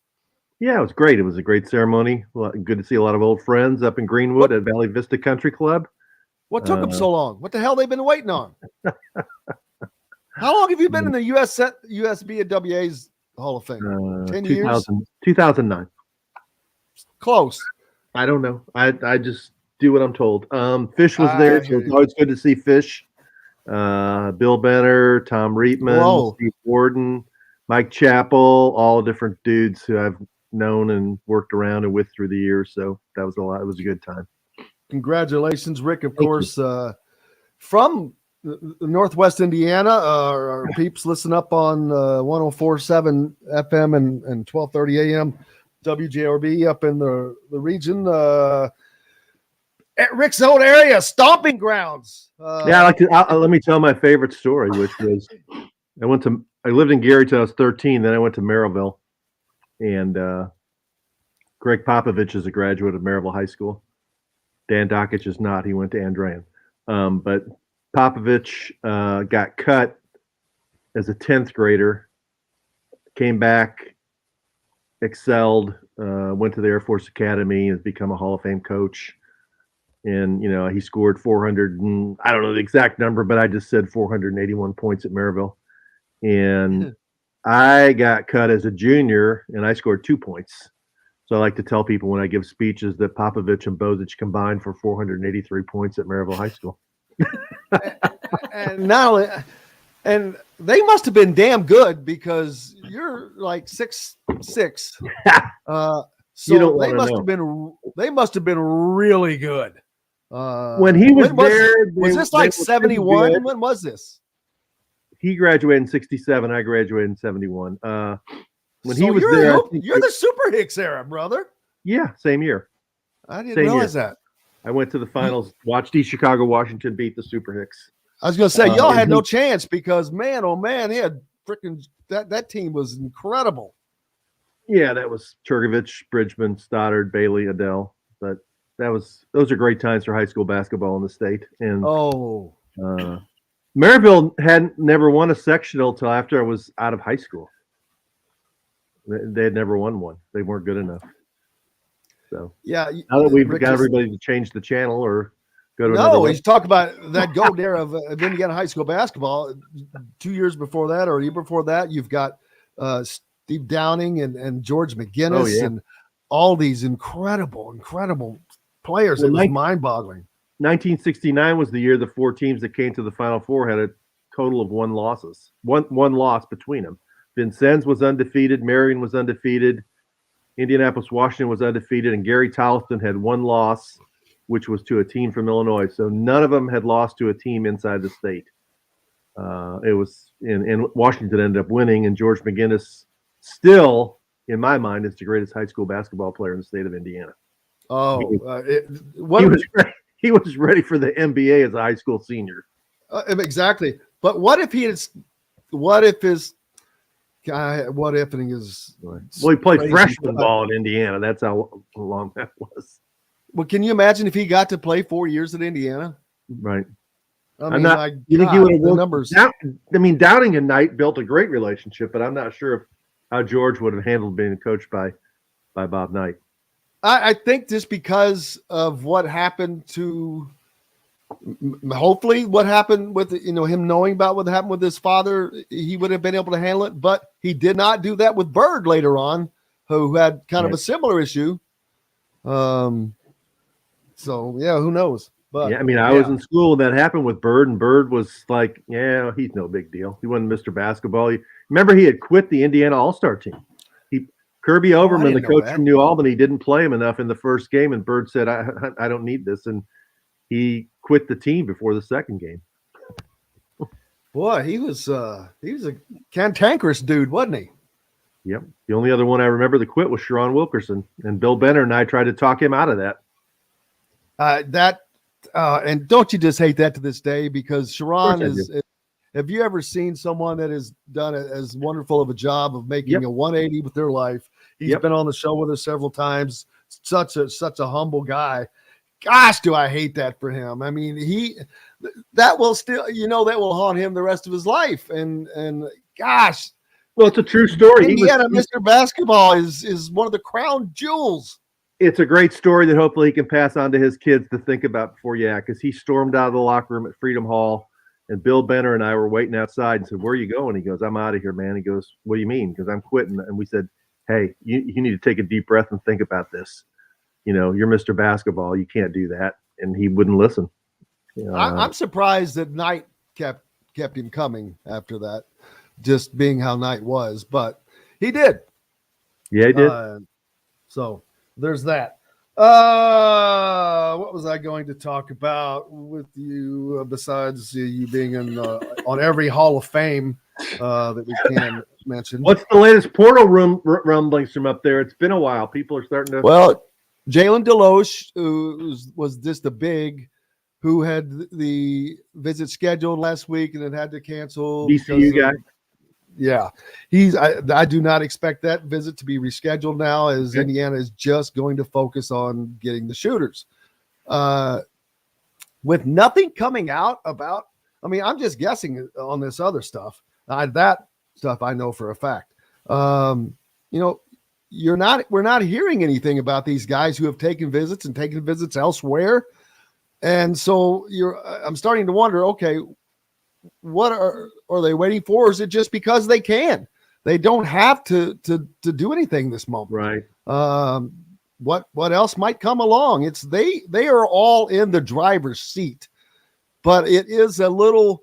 I understand only because of the unknown for Indiana fans, but when you know exactly what your needs are, and those are the last things that get filled, that brings a little trepidation, I'm sure, to Indiana fans. While they did get in Khalil Ware a very good guy to fill a spot, Peyton Sparks, but what they truly need is not what they've gotten yet, and that is the big question mark hanging over Cook Hall like a big old black cloud.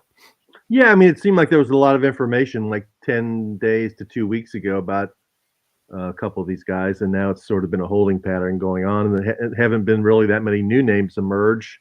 Maybe they're under the radar. I don't know, but considering what the needs are of the team, and the women's team, I think they have a recruit in from Iowa State that I think you mentioned, and they haven't picked up anybody yet out of the portal either, right? Nope, it's been very quiet. And like I said, the fact that it has been that quiet with those guys having taken other visits, I'm like, okay, well, they're not committing elsewhere. Is Right. it that, and with not hearing other names popping up, I'm like, okay, is Indiana just that confident with the guys they're talking to? Or are they able to keep some other things quiet? You've got names like, was it Ryan Cormack from Notre Dame that's kind of popped up? Cormac Ryan, yeah, he's visiting Cormac Carolina. Ryan, rather. Yeah, he has a name that's wrong. He's got a switch. I'm like, that doesn't make sense. But and this weekend it all changes anyway because the coaches can go out and recruit, start focusing on the kids that are the class 24 and 25, right? yeah, and that's, man, I don't know that I'd want to be a college basketball coach anymore. Your recruiting just Every day. doubled, and it's every year, every day, and every year, new team. It is, in essence, a new team. You're going to have a new team every year. That just doesn't sound fun. And how long will someone like Mike Woodson hang in there, I wonder? Not because he can't coach, but just, dude, he's done it. It's, he's got it. He's got the T-shirts. I know he wants I've to read be a stories part of bringing Indiana back.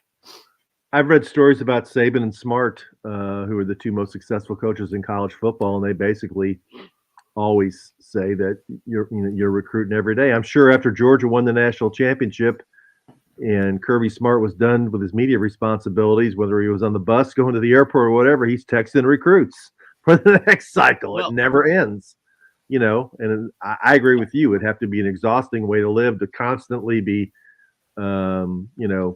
flattering these 17 and 18-year-old kids when you're the guy who achieved all these different things just to kind of get their attention, to get them on campus and keeping all their names straight and all that stuff. I mean, it's got to be exhausting. But if you're going to be successful, at the highest level. I'll never forget. I don't remember which national championship it was for Nick Saban. I feel like it was after they beat Notre Dame. I could be wrong. But he was on with the College Game Day crew after the game, and they were talking about winning the national championship. How satisfied are you, all this stuff. And he said, well, to be honest, we're behind in recruiting right now. I remember that. Just won the national championship. I remember that. And this guy's talking about how they're behind in recruiting. I mean, I think they'll be just fine. So that's just, you have to be wired completely different, especially with the way it is today. Yep. So it's interesting to see how it's going to turn out, and for the women. And then I was going to ask you guys also, what is the feeling? Didn't Indiana play its spring game last weekend? Football? Yeah, if you can call it that, kind of a scrimmage. Yeah. Anything stand out? Anything, look different? Anybody? Breaking news. Indiana enters the summer without a quarterback named starting. And I said this earlier in the week. This is actually not a surprise. I mean, this is like the 47th consecutive season Indiana will enter the summer, fall without a starting quarterback. But I think this is actually a battle. I don't think that they actually know. I think that they might have pretended to not know before. I don't know that they know right now. I don't think that they definitely don't trust Taven Jackson enough yet. or he would have been the first guy out there. I think. Right. He was the second guy, and then who was your first guy, Lowry? Sorsby, I think. Brandon Sorsby. Sorsby, yeah. So to me, that's who it's between right now, but we'll see. Sorsby did okay when he was pressed into service. Was that 2 seasons ago now? I can't even remember. No, it's last season. He was a true freshman last season. Yeah. Last season was such a thing. It's try not to think about some of that stuff. But yeah, so there's that. Man, I was just looking at something else about another topic and looking at the 5 stars and this and that. And Alabama had 44 5 stars. And I'm like, you cannot compete with that. No. You just can't. And that's, I don't know what the hell is going to happen to college football. It's even with teams that are in the Power 6 conferences. It's just. But I mean, it's not like college football has ever been created equal. Like it's always been, sometimes the teams have changed and there's been a transition, but it's never been, the teams at the top in recruiting are always dominant. There's never been that college basketball aspect. But again, I suspect that will happen to some degree when you get a 12-team playoff. It's just going to take, I don't know, 10, 20 years for it to balance out a little bit. I'm not saying it's going to be college basketball, but yeah, and people always also do forget that, you know, in the years before Saban got to Alabama, they did flounder for a while under Mike Shula and Mike DeBoard and Ray Perkins and Mike Price, who was only there. I don't think he coached a game. And there's one other one I'm forgetting.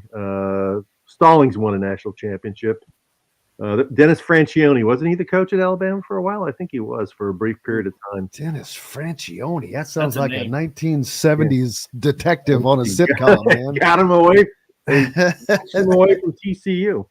So until they finally said, you know what? The best way to win is to get the best coach. And they outbid the Miami Dolphins and got the best coach, and it worked. So, you know, I don't know. The only reason I asked is I was reading different stories pop up on my feed, and I saw a story on 24/7 Sports today where it said ranking the quarterbacks at all the Big Ten schools for next season, and Indiana checked in at number 14. Well, see, here's what's interesting to me, though. That might be true. I don't know how you can evaluate Indiana's talent positions because their offensive line has been so bad for the past 2 years that I don't think those guys get a fair evaluation. You can't. I mean, trying to make chicken salad out of chicken, you know what? Yeah, and I think one of the best additions they made in the offseason was Bob Bolstead, the offensive line coach. That guy has very good credentials. He did some very good things at Wisconsin, and you know, just even the change they made part-time last year in the middle of the season helped the offensive line. So the offensive line has to get better. So we'll see. It's a long way away. And then Louisville has their spring game Friday night, so it'll be the first crack to see what Jeff Brom has going with the Cards. He's brought in Jack Plummer, who played at Purdue briefly, then left and went to Cal, and I think he's going to be the starting quarterback here. And we'll see how that goes. He threw for more yards and touchdowns in his one season at Cal than he did his entire – just less.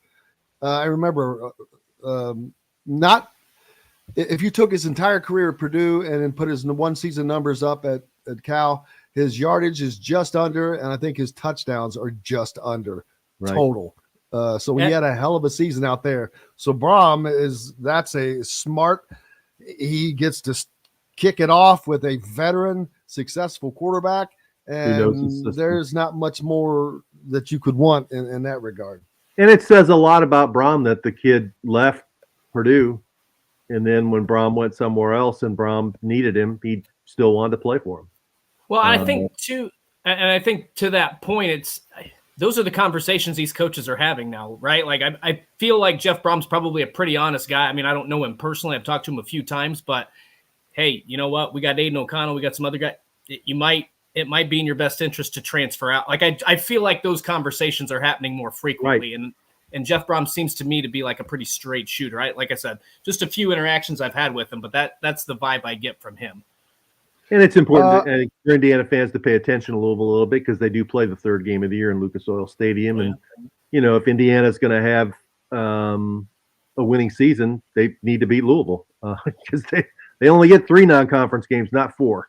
Right. And so that's going to be a swing game on the schedule. And, Louisville will probably be favored, but Louisville's going through a coaching change and they're rebuilding their entire defense. And, Indiana at least needs to be able to be competitive in that game. They can't go up to Indianapolis and just get steamrolled again by Jeff Brom the way that they have gotten steamrolled by Jeff Brom in the Purdue-Indiana series. Rick, encouraging fans to speak up, asking them what do they think of the NCAA transfer portal. Are you still putting that together? Yeah. So if anybody wants to write me, it's rbozich@wdrb.com. I'm actually going to post the story this afternoon. I've been very pleased. I've gotten a lot of response to that, more than anything I've written in a long time. And just to summarize real quick, my point is that we know how coaches feel about the portal. Most of them don't like it, especially the older ones who aren't used to this, because it takes away some of their power and makes their job more difficult. We know how the players feel about it, because it gives them a chance to shop their values and look for NIL deals and go somewhere if they make a bad decision to try and get a second chance. But I'm just curious what fans think about it, because I have heard from some people saying they don't like college sports as much as they used to like it because the players are always jumping around. And so, I wonder at times what effect it's going to have on fans in terms of how involved they're going to be in the game. I know that Louisville fans were pretty upset a couple weeks ago when Haley Van Lith went in the portal, and I don't think they got any happier yesterday when it was on Twitter that she was visiting LSU. Right. Can I add this in really quick? I know we got to take a break, but my thought, I think that the biggest issue with the transfer portal and the way it's affected in NIL and it's the way it's affected college athletics, to me, it makes maybe the off-season recruiting a little bit less, even though you got players moving, it makes it less interesting to me because it's like Major League Baseball. Everybody's moving around. It's impossible to keep track of this stuff. But when the games are being played and when it's time for the season, everybody's a fan again. Nobody thinks about who left or who.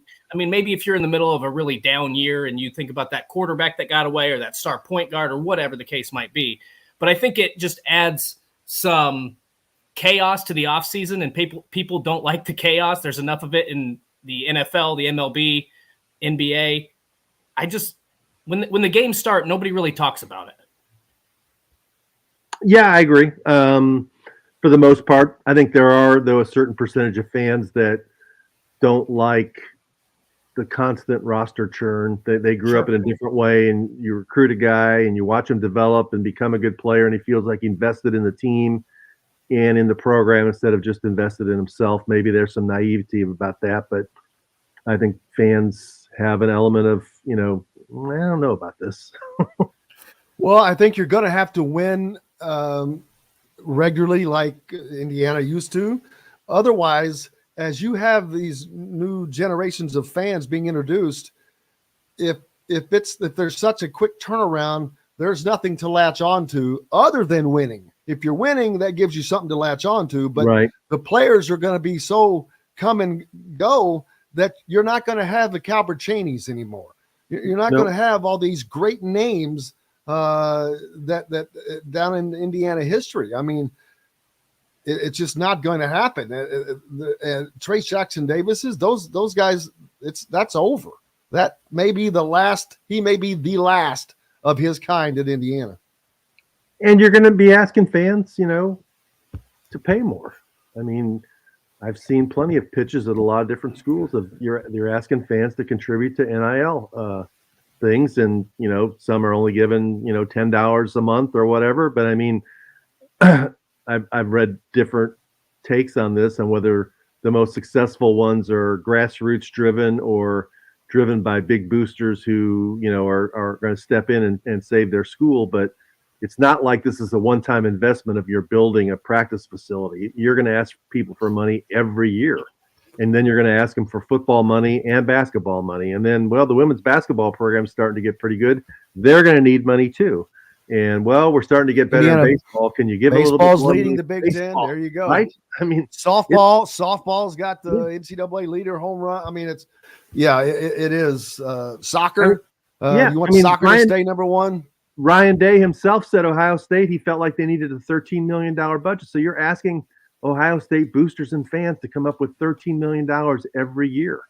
Yep. So if Indiana's going to compete with that, with a $2 million NIL, first of all, they're not going to win in that kind of situation, right?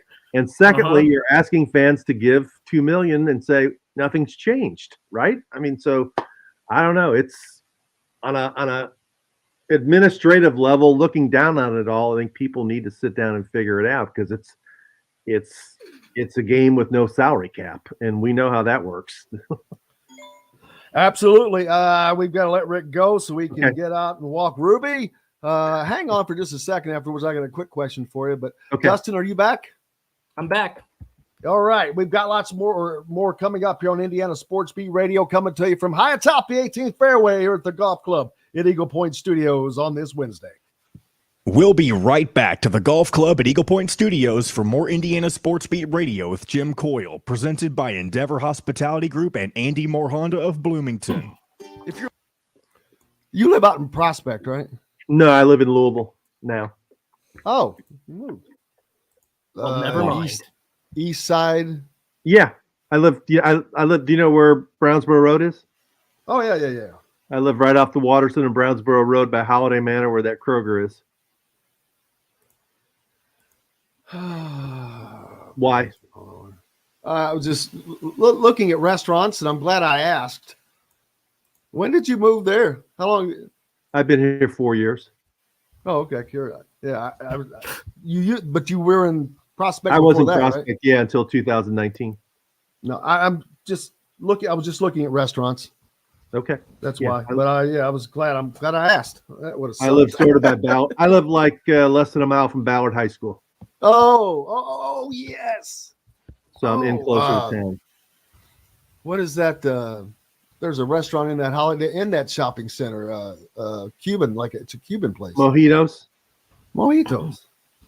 You ever been there? Yes. Very good. Mojitos. Very, very good. All right, brother. I'll let you go. Thank you so much. All right. Thank you. Appreciate you, Rick Bozich. Have a great week. See you next week. You too, buddy. Bye. Mojitos. That kills two birds with one stone. All right. There you go. Why? Well, just send him okay. Send him a gift certificate. There you go.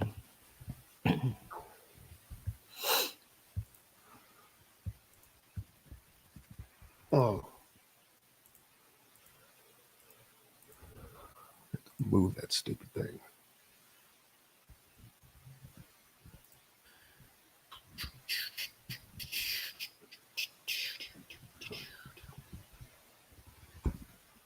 Were you just making noises to the Fall Out Boy song Centuries? No, so, it was. I was going to say that I'm really good at guessing. Well, it does have the same beat. So I guess, yes. What's the song that they – it's not a cover, but what's the song they stole that from? That's what I was thinking of. I have no idea. I can look it up. I didn't know they stole it from anyone, but that wouldn't surprise me. Well, it's not the actual song. It's a sample. It's a sample more than likely of a different song. I'm seeing if I can find it. Dun dun dun dun dun dun dun dun dun. Contains part of the melody from the song Tom's Diner by DNA. Is that what you're talking about? Probably. All right, here we go. Offered in all Endeavor Hospitality restaurants. Come taste with Dr. Hobbs' Brewing, Metalworks Brewing Company. Bring your passion and your thirst. This segment is brought to you by K-Bello. Now back to the golf club at Eagle Point Studios for more Indiana Sports Beat Radio with Jim Coyle, presented by Endeavor Hospitality Group and Andy Moore Honda of Bloomington.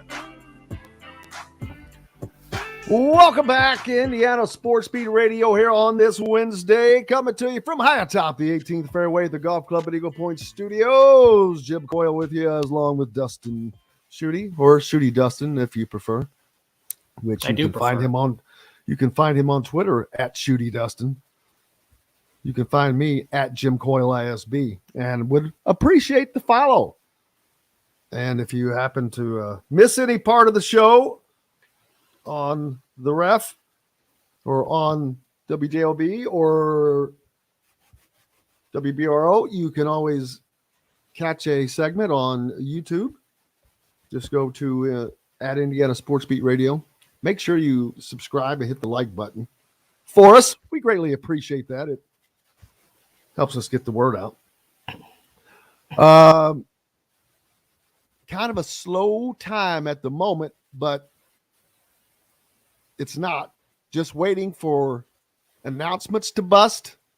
And then guess what happens? Then, we're 2 weeks from May. Yep. You've got the Kentucky Derby. Boom. Which we will be doing this. Boom, baby. We will be doing the show from Churchill Downs. Well, that's exciting.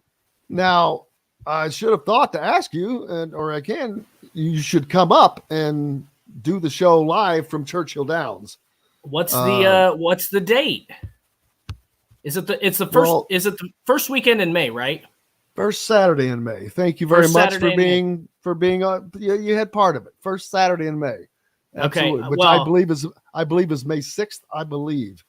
I think you're right because my birthday is May 8th, and that's on a Monday. My birthday. So okay. Now he'll have to be credentialed though. He can't just show up. They won't let him into Churchill Downs. Just make sure. I'm just gonna write a horse on in there. Wait a minute. John, are you really telling me that? Yeah, because here's the thing. You're the kind of person who would ask Dustin to come the day before, and if he did, we just wouldn't have a credential. Could you imagine? That would be kind of funny. It would be kind of funny. John, it would be the show. It would be the show that we were doing during the break, where there's a box of me, but I'm not in it. I'm just wandering around Churchill Downs somewhere, trying to get in. Boy, that would be great entertainment. Well, the coolest thing is it's about being on the backside because there's just so much going on, and it's not all about the horses. There's just the people that are back there. It's amazing. Yeah, it's an incredible time. You really need to. We need to talk about that for real though. But that's coming up. Then that's at the start of the month. Then you move toward the end of the month. And the rest of the month of May is all about Indy, baby. The Indy 500. Indianapolis 500, which we should be doing the show from there as well. So I've got to get that taken care of. So you should think about both of those, my friend. Well, I'll have to look at my calendar, but I believe he's going to look at his calendar. I believe. We don't. It's not like I need to know your social calendar at this particular moment. I don't. Are you sure? You might want to. Can you imagine if thoroughbred racehorses received NIL money? Man. Yeah, I can. That would be. Let me tell you, I want to just ride a horse at the Kentucky Derby now. I'm guessing that's not going to be allowed. Whoa. What do you think this is? I'm going to walk. No, yeah, it's a petting zoo. I'm going to find a small pony. I'm going to hop up on there. I'm just going to ride it around while we do the show. I bet nobody will say anything. I would love to see that. As a matter of fact, I'd love to see you on a horse. Just so I could on the track, just so I could smack it right on the ass and watch that thing take off. Hey, you know what? And oh my God, that would be pure entertainment. Quick story. The only time I've ridden a horse, Pony Boy. That's your new nickname, Pony Boy. There we go. Yeah. We got Canteen Boy, now you're Pony Boy. The only time I've ridden a horse, I don't know what kind of horse this was. I'm going to say it's a Clydesdale because it was a giant freaking horse. And the guy who was in charge of the horses, I don't know how any of this stuff works, by the way. He was like, this thing had to be 12 feet tall. And he's like, all right, hop on up there. I am all of 5'8". There is no hop on up there for me. I would have like side saddled the horse. How tall do you think jockeys are? They're not very tall, but they probably have a step stool or something, right? I needed a ladder to get up on this horse. they are helped up. Have you never watched a race? I watch the 1 Kentucky minute. Derby every year. But Okay, I'm just saying, you've never this seen a jockey using a step stool. Well, I needed a step stool. I needed a freaking ladder to get on top of the horse. Oh my God. I mean, were you under a little tent? Was there a little calliope music playing? No. Guys with big round noses and big shoes. A lot of those around. I was the clown. Speaking of clowns, how do I amuse you like a clown? Speaking of clowns, yeah, we're clowning it up now. Man, I cannot thank everybody enough. Bob Kravitz, of course, from The Athletic for joining us. Kyle Neddenriep from the Indy Star, and of course, the double Hall of Famer, Rick Bozich from WDRB.com. Make sure if you missed anything, you go to YouTube and catch up on any of the missed content. Hello to everybody up on the region. Have a great day on 104.7 FM, 1230 AM. Down on the river with our River Rats. Always the right call. WREF 97.7 ESPN, WBRO 89.9 as well. And everyone else everywhere. For Dustin, Schutte, John, the producer, I'm Jim Coyle. Without you guys, no reason for us to be here. Until tomorrow, I will see you on the radio. Thanks for listening to Indiana Sports Beat Radio. Be sure to subscribe to our YouTube page for more clips and team coverage of Indiana basketball, football, and more. You can also find full episodes and tons of other content on thehoosier.com. We'll see you next time for another edition of Indiana Sports Beat Radio.